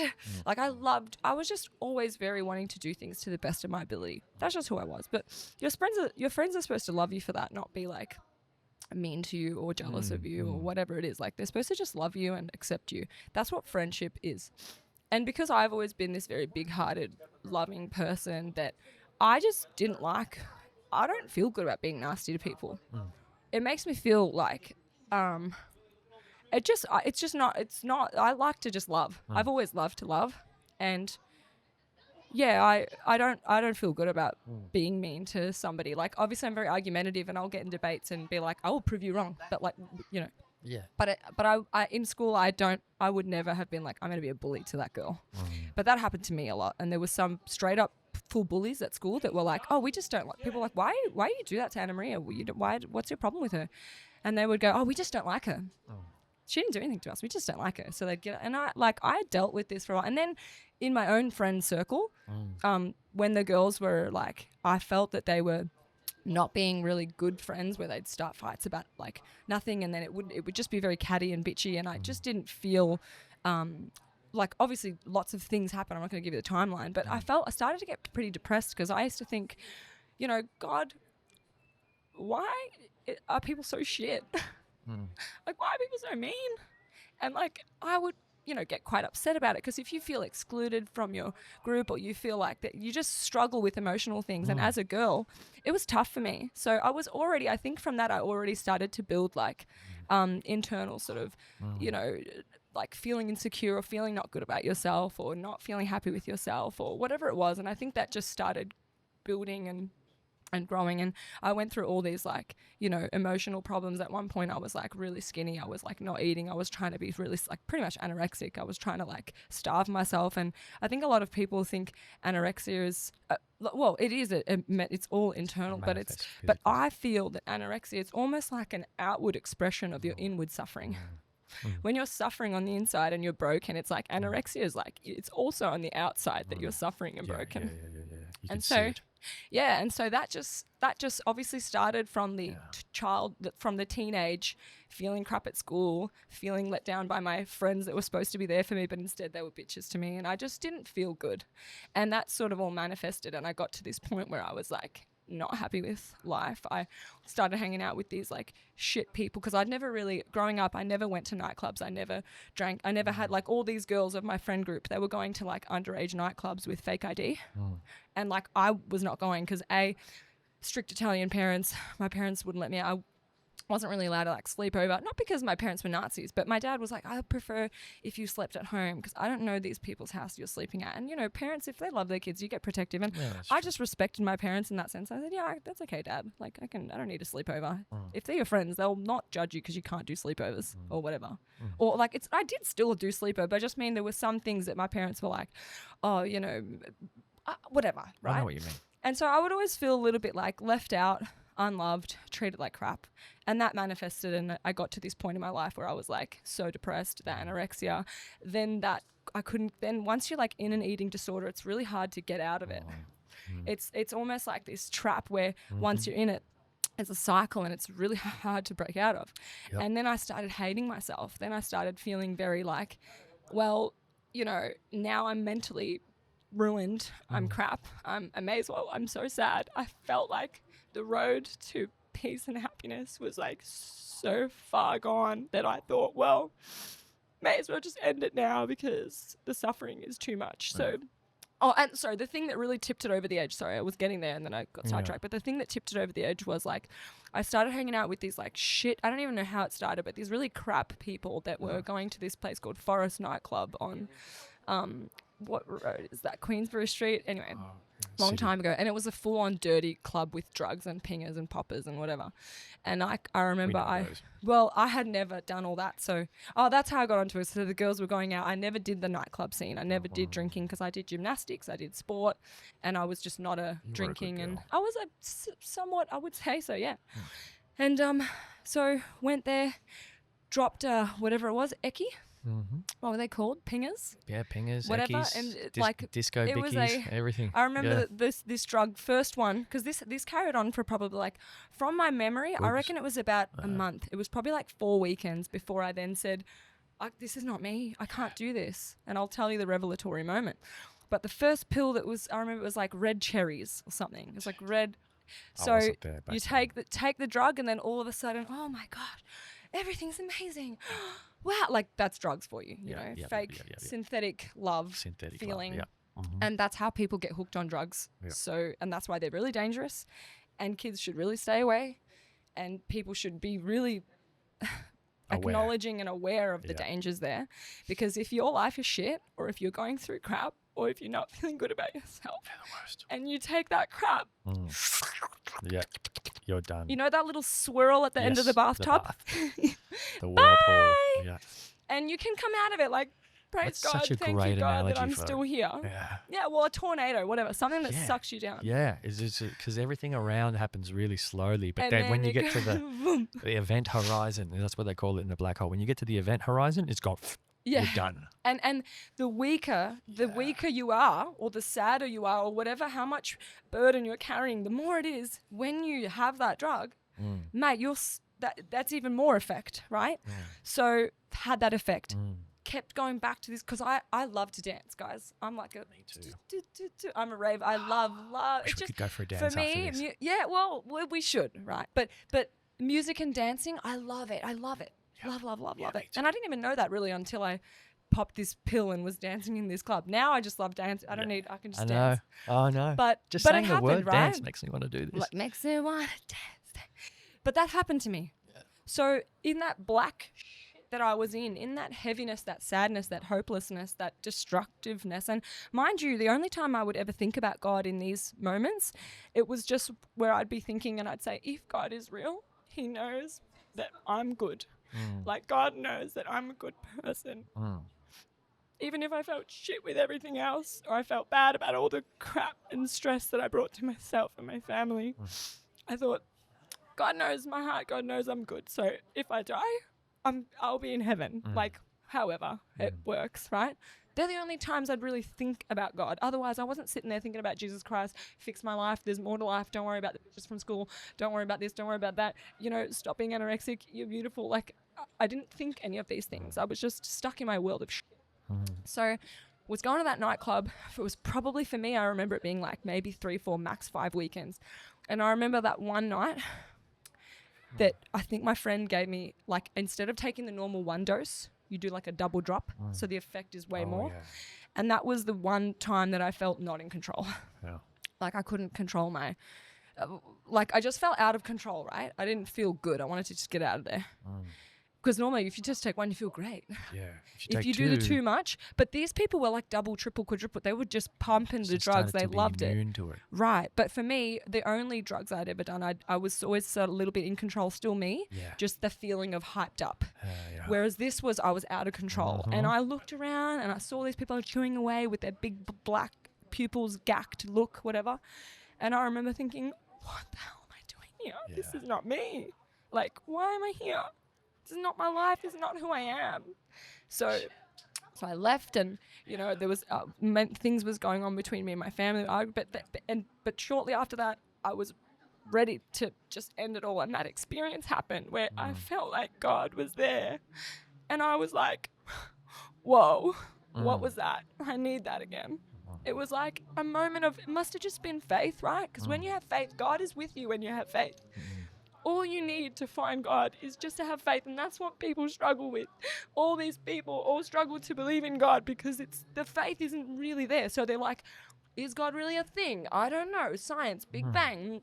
It's like when you don't really believe something, you can tell yourself you believe that thing, but if you don't really believe that thing, you know you don't believe that thing, and therefore where's the faith, You right? can talk yourself out of it. It's tough. So in that moment that I think it was the faith was like really there, I didn't kill myself. I was like, I have faith that there's something more. There's more to this. And then naturally that's what made me go, I'm going to start going to church. Like, I need this. I need God to come back and save me again. So you were called there, or I just went there, actually. I just... same. No, I didn't go to that church. No, I no, went no, but I mean, just to church. yeah. Yeah, you just have I this didn't get thing. invited by anyone because everyone there always asks, "Oh, who invited you here?" Like, I was like, no one. Oh, do they? Oh, I yeah. googled it. I just googled church and I saw a bunch of them on the map. I googled maps to church. Yeah. I saw a bunch of them and was like, that one looks close enough, and I could ride my bike there. Right. Well, mine was, I went to Funny. the church that I went to, this was 10 years ago, because, and then when I went there, all these weird signs where I was like, no way. I just met that. Same thing happened with you, actually. I was working at Topshop in High Point. I just met this guy, and then I just met him. His name was Ben, and whatever. Then this was probably weeks before. Then that night that I decided to go to the church, it was like a youth group. I didn't actually go to church Sunday. I went to the youth group to where the Christian kids would hang out and just talk. Yeah, right. Like, just hang out, just be friends, right? Yeah.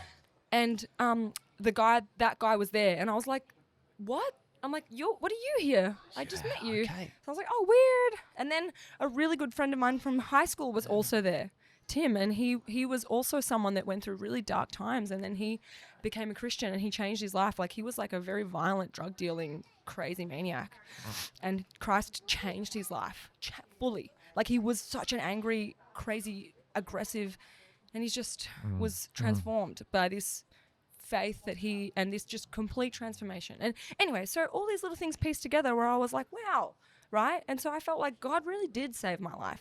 But it's not like I just went to that church and all of a sudden I was a Christian. Yeah. I went to that church and I was very curious, and I really wanted to, and you know what drew me to not becoming a Christian, but what really drew me to wanting to know more was the people that were around me. Like, they were just the kids, because I was 21, they were between 18 to 25 was the group, right? And I just felt like, even if I don't really believe this Jesus Christ story, which eventually I got there, right? But at the start I was like, I just want to believe it like they do. Because if they've all come from these really tough places in life, and this is what Jesus has done for them, I just want it like how they, I just want to believe like you. Yeah, yeah. You It's know, like being there helped you see that it was possible. Yeah, well, it gave me hope. It gave me hope. And at first I was quite frustrated because I'm like, I want that feeling again. How do I find that God situation again? And I did. It happened again for me. Like, it happened many, many times again. And it happens almost more daily now, right? But it doesn't just happen in moments of despair, does it? No, that's what I'm saying. Now it happens daily. And sometimes it's that's good. daily. But when you're struggling with faith, imagine you have that faith for a moment and you get hooked on chasing that and you just don't know where to look for it. Yeah. You're like, I want that, but where do I look for it? Do I go to the mosque? Do I go to the church? Do I go to those rocks? Whatever the hell it is. Go to yoga. Whatever it is that people do that they're like, I'm going to try and find God, and how do I do this? But for me, it was, I was called to that place, and then things were falling into place, and I'm really, to this day, I'm forever grateful and I'm forever blessed for everything that ever happened to me so that I could make it to where I made it to. It's hard to say that. It's hard to say, but when you find the gift of life, and in my faith, the gift of eternal life, a life that lasts forever, and a life that supersedes and surmounts all of these physical pleasures around us, because this will come to waste. We will go back to the dust. Hopefully not. Everything before it keeps you warm. Everything will end here in this world. This world will end. And maybe if not the actual, I mean, yeah, I don't even need to get into the physical explosion of this world, but like our life here in this physical realm that we were born into at the moment of conception and that we will leave at the moment our heart stops beating. This world, we are not here forever. This body that carries us, it's only finite. You know what I mean? But if you really believe you have the gift you've found, however you came to know God or however you came to know Christ, or you've got the gift of eternal life, and you feel grateful for it, it can change your heart in a way that changes your whole life. I've seen people that have been so full of hate and just ready for destruction, and they're just completely renewed and transformed. And that, for me, that's miracles. I see that as beautiful miracles. Yes, physical miracles can happen too, but like those are the miracles that make me just break down in joy and great gratitude and things like that. Like even sometimes if I see a behavioral trait out of someone that I think that's never going to be possible because that person is way too much like that or whatever, and then you pray and pray and pray, and then they do something that you're like, oh my God, like what? Changed, like whoa. And you're like, thank you God for that. Like I've been asking for that for so long, and I've seen it happen now. For me, that's like a miracle. Like imagine if your daughter was a snarky little bitch and she was so mean little shit, and you just always praying, God help her to be, and then all of a sudden you see something different out of her and you go, oh wow. Yeah, I've seen both sides. No, that's a hypothetical. I'm sure your daughter's an angel, but like imagine if you were a I've seen parent. both sides. And trust me, that other side, when you see that other side, it's like, oh my God, she's so special. Yeah, when you see that other side, you're like, oh yes, she is a gift. She is a light. But we're all gifts and we're all light in so many ways. Exactly. We just don't always show it. No, and like we're also human, and we also have you're cold. No, I'm not. We're also human, and we also have our limitations, our frustrations, our weaknesses, and I see this in my family all the time, like in me included. But like when people are not acting the way they should be acting, obviously it's not because that person is innately bad. It's because that person is dealing with something. And it's not an excuse to go around being rude and negative and insulting others and being nasty and it's not an excuse to just lash at people. But like you have that compassion for them when you know that they're struggling with something. And like I pray all the time, I just want my whole family just to get along. I just want us all to get along. I want my mum and dad to get along. I want my brothers to get along. I want everyone to just love each other and be happy. But like the dynamic is not always like that, and it kills me every day. That's my struggles at the moment, along with 20 million other struggles. That's one of the big struggles for me. For me, it's like, oh, they're on a journey. They are. We all are. Yeah. That helps me to let it go. They're on a journey. I'm a bit further on mine. I unfortunately, like, if something's really important to me, I will like let it really. Yeah, I get very passionate about things. Yeah. Yeah, you have to learn how to disattach. It's like a faith thing. Again. Yeah, that's so true. And sometimes I have also done that. I've also had periods where I'm like, I'm not going home for a bit because every time I go, I get insulted by this person, and I can't open my mouth because then this person comes and screams at me and insults me, and I'm like, nah. And even especially when you go with like good intention, and you still get bashed, like metaphor, like figuratively bashed. It's like, thanks. I didn't come here to get my day shat on. I came here to like say hello and talk and love you. Yeah, and but then we're all a product of our environment as well. Like you've got to learn. Yeah, like for a lot of people, they have to learn. It's not just I'm not just talking about you, but this is a great. This is a great point to say this. Like you got to learn that you're a product of your environment. So when you've got a good heart and you've got good intentions and you've got good meaning and it's all good, that's all good and that's great. But you can't walk into a lion's den and expect not to be eaten by lions. You know what I mean? Yeah, you're not a product of that though, but you are influenced by your environment. And your environment shapes you and affects you. It does.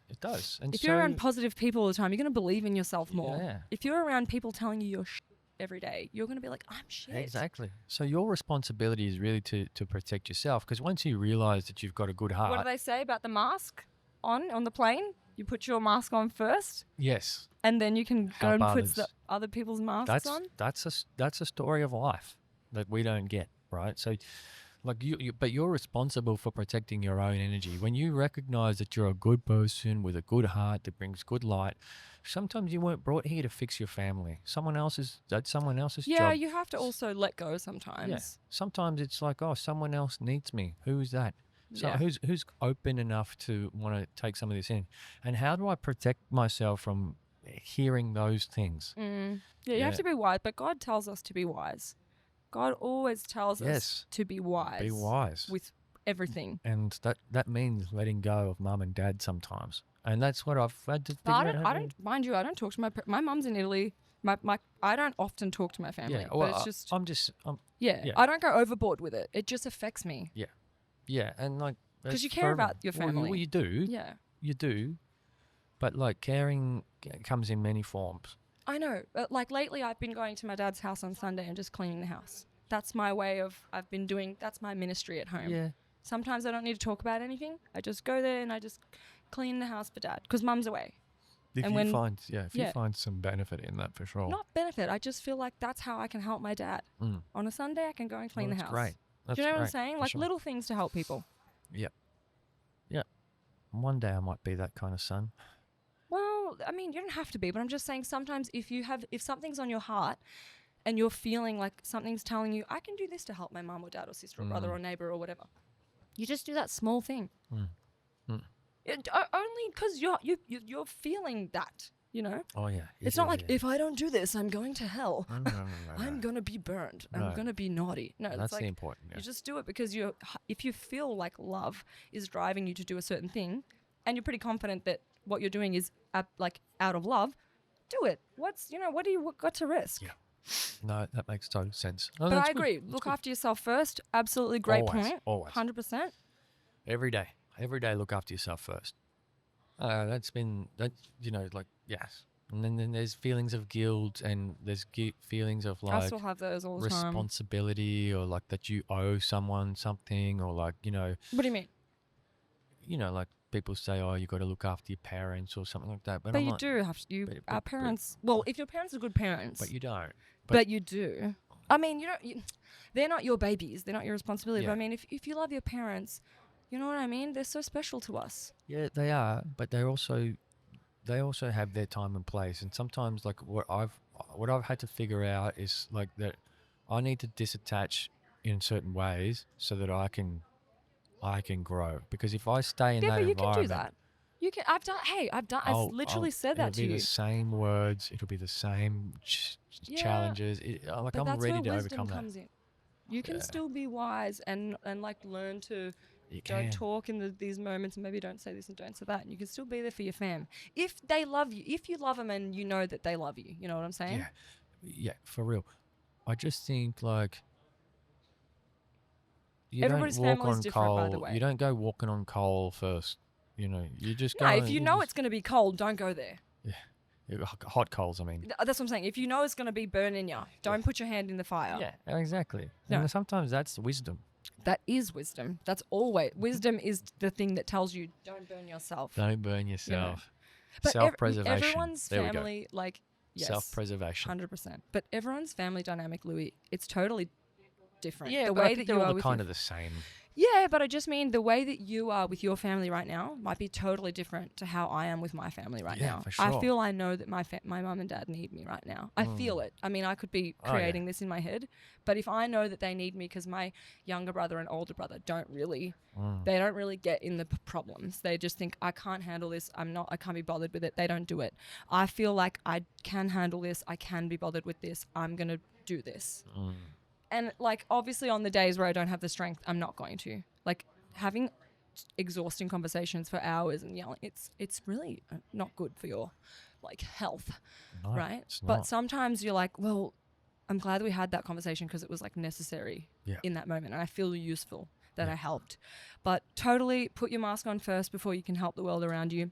You can't go around and help the world if you're not helping yourself. And I'm sort of battling with that in many ways, or very often. Yeah. But I'm really trying. Like, I'm trying. I think we're all trying in our own ways, and we're all at different Yeah. stages of life. Yep.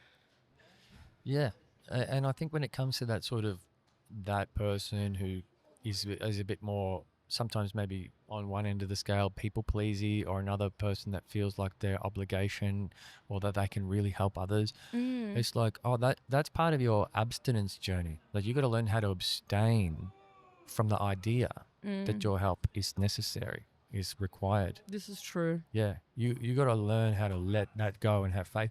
The first time I felt that was when I was I'm a dad, and I'm about she's probably about 13, 14 months old at this stage. No, yeah, let's just say that.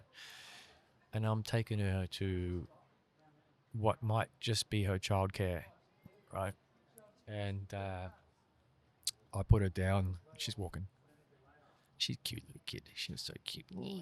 And I put her down, and this bigger kid just runs up to her and just pushes her over, like full front pushes her over. And it's my little baby girl. So I'd put her down. She's very cute, and she's very pleasant.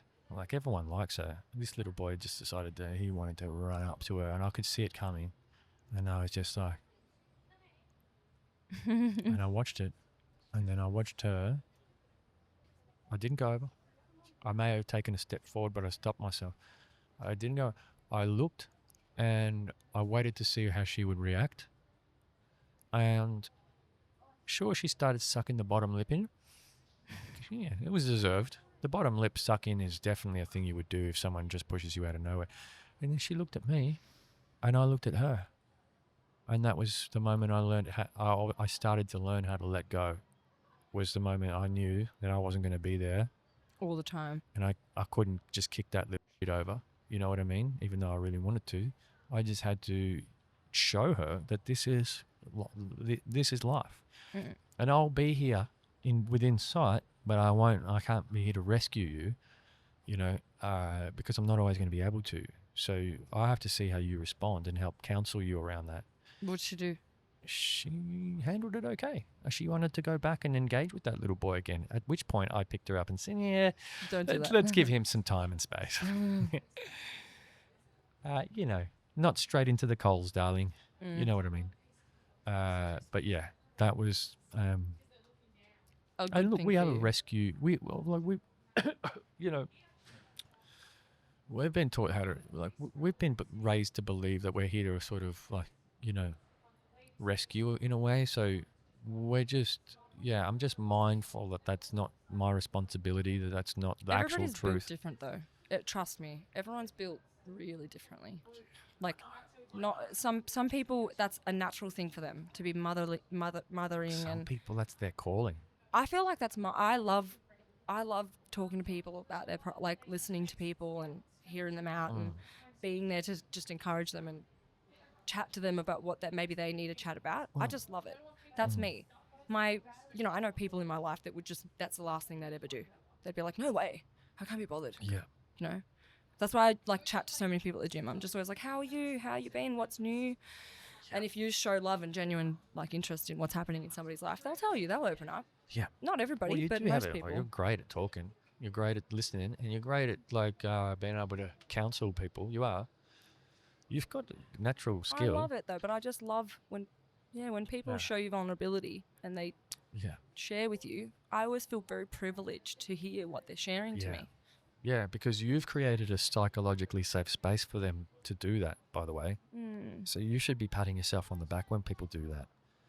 Because the people that can create psychologically safe spaces for people in society are the most valuable people we have. You go, girl. It just comes with loving people. My motto is I love to love. I just love love. I love love. I wish people loved other people more. People are always busy with their own crap and people don't really prioritize loving strangers. But could you imagine how much better the world would be if people loved everyone more? Imagine if everyone loved their neighbour. Love thy neighbour. That's the command, guys. Typical, this is just your next door neighbour. But guess what? They have a next door neighbour too. So you're right. It amplifies. The world changes. But people are strung up. People are really strung up. So when you show love to a stranger, for them, that's uncommon. They're like, oh my gosh, why are you being so nice to me? And it's like, bro, we should all be like that. I know. This is not special. This should be the norm. This should be the norm, that everyone's busy with their own things. Yeah, 100%. Yeah. You are met with a lot of suspicion. You are, but then you're met with love and appreciation when they realise it's real. Yeah, eventually. If they realise it's real, they go, wow, I love you. And you go, I love you too.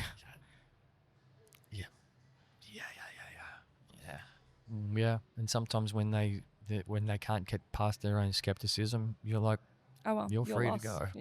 Yeah.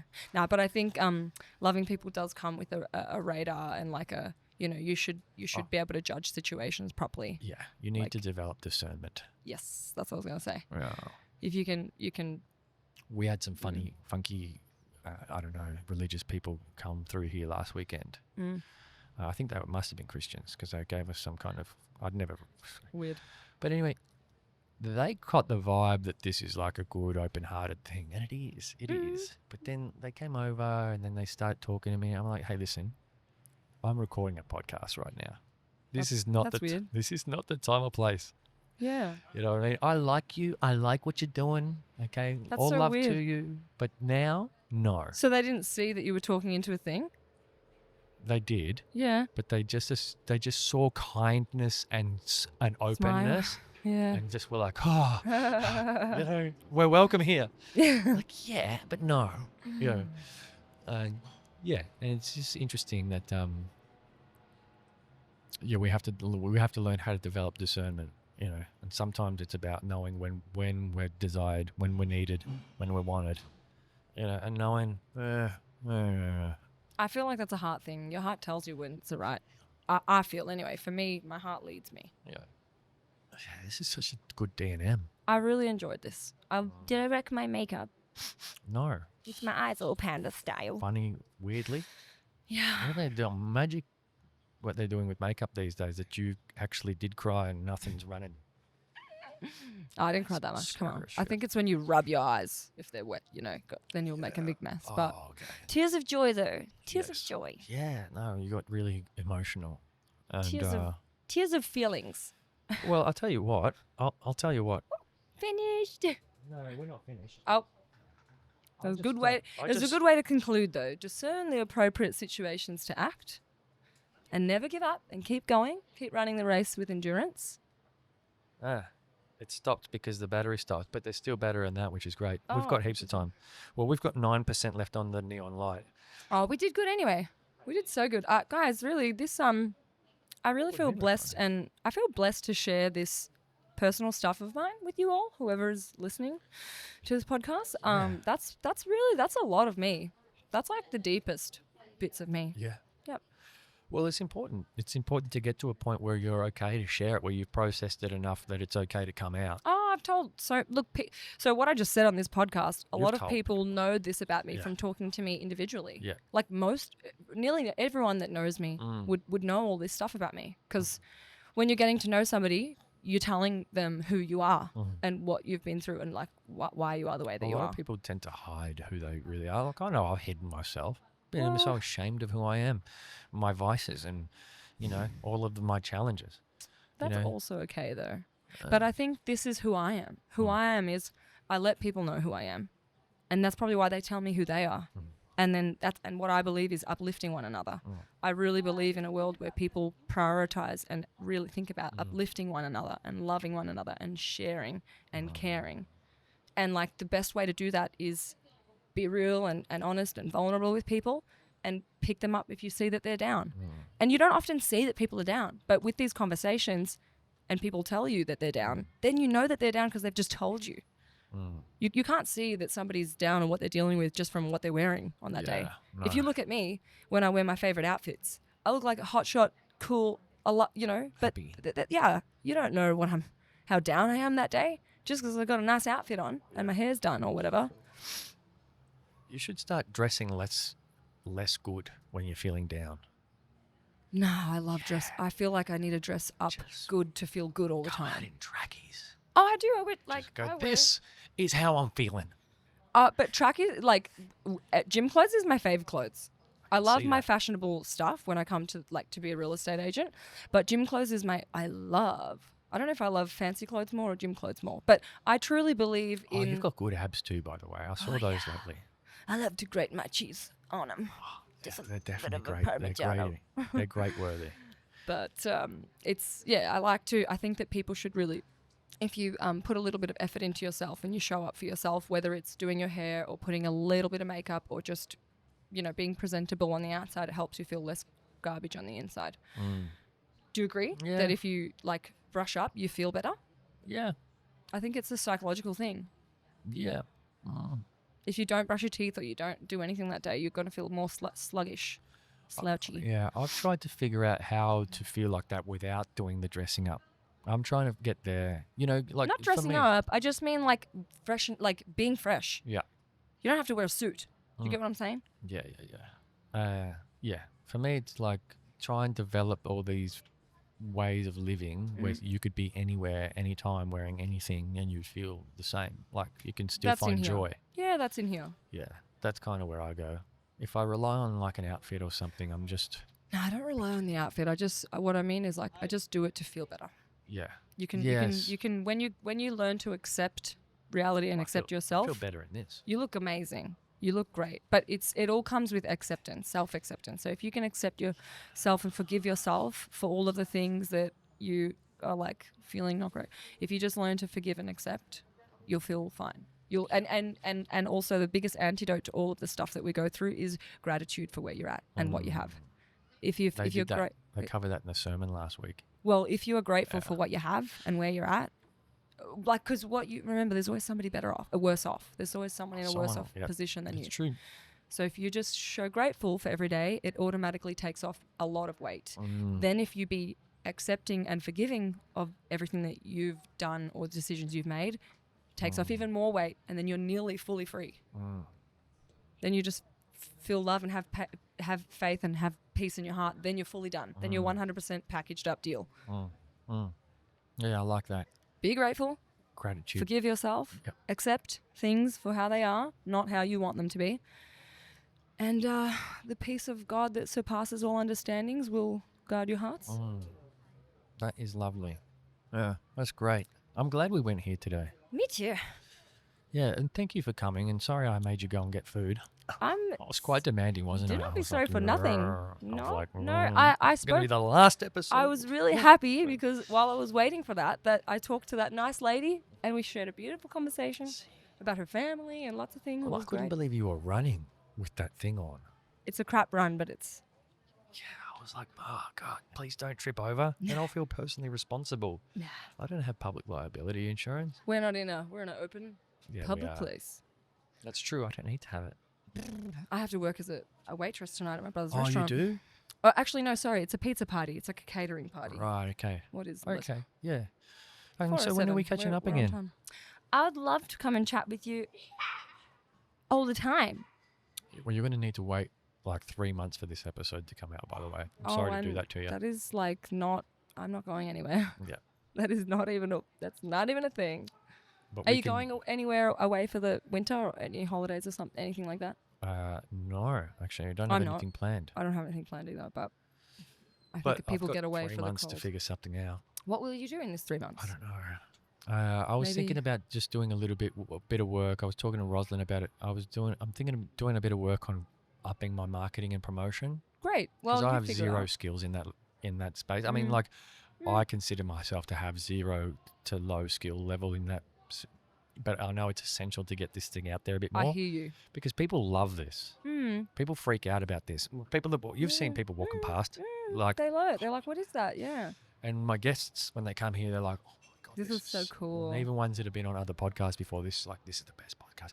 So I'm like, okay, well, I'm doing something right, You're doing plenty right. but I'm Let me not tell you now. doing other things. There's something else I'm not doing. One step that at a isn't- time. Exactly. Baby. One step at a Yeah, time. this 3 months is going to be about me figuring out how I can level up going Good. into the next 8 months. Because I think I'm going to do like start of September to the end of April next year, not end of May. Whatever. End of May is just it's too cold now. Whatever. It's been a tough month. Yeah.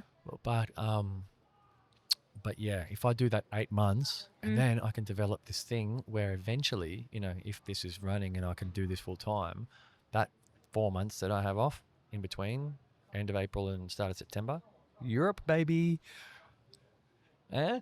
Good plan. Northern Hemisphere. Good plan. Yeah. Asia, Europe, all the places I want to go to. I will. I can take the pod with me. This packs up in a bag. You know what I mean? Thank you. I can see that. I can feel that. I couldn't just see, I could feel that. Oh, Lord, jeez.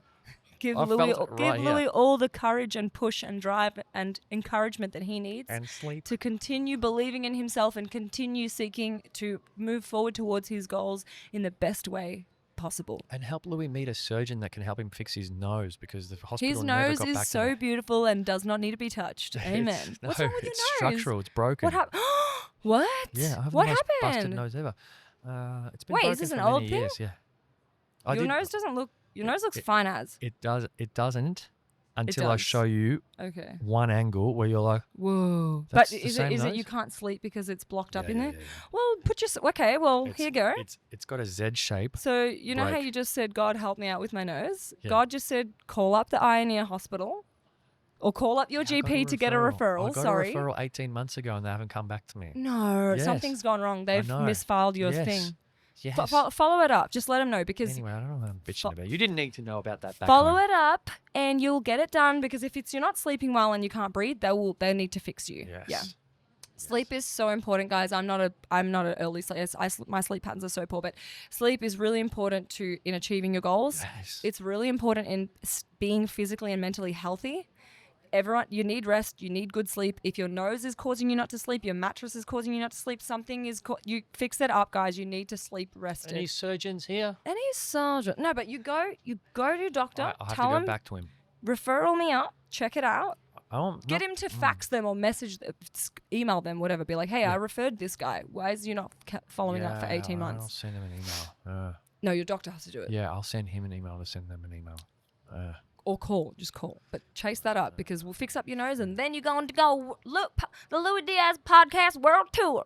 Come over here. That would be cool. America. We're going to go to Things would Tennessee. change. Tennessee. Are Do we you doing know? accents Do you now? want to know my favorite dude ever? Matthew My McConaughey. favorite guy ever. His name is Charlie Kirk. I love him. I watch him on YouTube all the time. He's so amazing, and you should go and interview him. He's such a mighty man. I love him so much. We're so blessed to hear Charlie Kirk speak. He's amazing. Okay, I'll look him up. He's like also does podcast, a show, and YouTube. He's amazing. Do you know Turning Point USA? It's a movement. It's a movement in America. I think they're the reason why Donald Trump won the election for sure. Really? Actually, no, I actually believe that. I think Charlie Kirk's Interesting. Turning Point, because he went around to basically colleges across USA Yeah, and right. was having these open discussions about political issues and stuff that like kids in university don't really think about unless they're like politically driven. And they were having a lot of open conversation about like whacked up policies that the liberals were like trying to push across. And like they were just like, guys, can you see the corruption here? Like this is really whack. Yeah. Even like the border, the southern border, like all this stuff, right? Be honest. You're not American politics are they're a bit much for you. No. Oh. I love it. And by the way, it's what I was hated. going to say was that it Joe is Biden. a blessing. It's a blessing from God. What happened? With The way that outcome. of that election. yeah. I could just see. But it was a lot of action It's too. and you know, it's a lot of action. But you know, like if you couldn't see how the world was descending I into can. just absolute utter madness and chaos. Can I tell you a secret on live? It's still descending into that. We've just delayed a little bit the time. We're still going there. It's still going in that crap place. But like Yeah. we just delayed Slowed it for it down a little bit. Yeah. Okay. But we're still going there. So just brace yourself. Yeah. Get Okay. ready. But it's okay. You just have to keep focusing on what's good and true and beautiful and Yeah. keep pushing for that in your life Yes. and in the people around you. 'Cause Love you can't your neighbor. Yeah, and you can't change the world. One thing I would love to heal the And world. change the world. You can't fix the world. You can change the world in your one-on-one individual opportunities every day, but you're not going to be like, I'm going to make everyone in the world good now. You can't. All you can do can't. is lead by example and by loving your neighbor. Amen. Amen, brother. That's absolutely true. Like as soon as you hug this person here and show that person compassion Yep. and love, and show that that's the way, Amen. everything else changes. That is the way, and that is so true. That's the only way. But everything overall, the changes. world is still going down a shit drain. Yeah, because you see all these people out here that are fighting the Free Palestine people, for example. They believe that the way to fight fire is with fire. Also, people are really Instead of blinded. with Let me love just and say something kindness. right now. People are very deceived and very blinded and very brainwashed. Yes. People are very blinded and very brainwashed. Okay? We're in the most brainwashed time in humanity. And it's getting worse. Well, It's getting worse. Yeah, at the same time as you say that, I can see a lot of people waking up. Well, this is one thing that I watched on a little YouTube video, which I found really cute. Like and a girl like you wouldn't have said something like this 10 years ago. Oh, I don't know. Yeah, maybe. Like, you don't know. know. Yeah, but like. In like- your demographic, I mean. Maybe. Yeah, probably you're right. But this thing I was watching, it was like a graph that showed as evil and bad keeps increasing, good does along with it too. Yeah, that's interesting. it's like the light only has the opportunity to be light when there's darkness. When there's darkness. Yeah.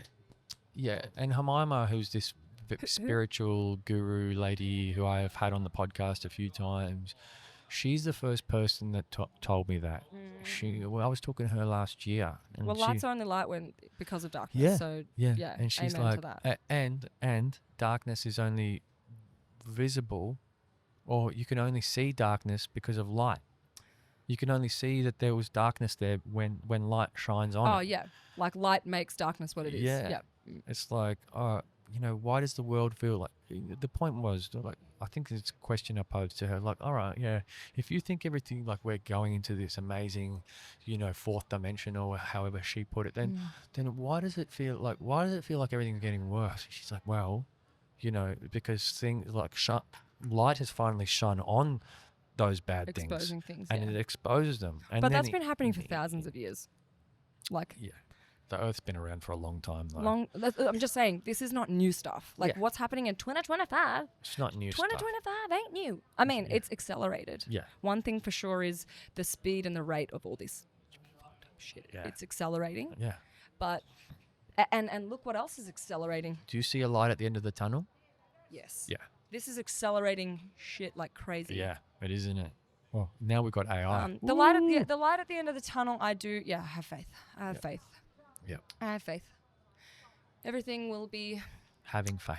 That's what I'm going to name this episode, Having Faith. With Annamaria Stella. Has it been good? It's been so good. Yeah, likewise. I got to clap this out. Let's just end it here. Let's wrap it up. I love you, Louis Diaz. Love you too. Thanks for having me, everybody. It's been the best. It's been Thanks, great. guys. It's been a pleasure being here. It's been great. 1, 2, 3. Done. Cut. 145.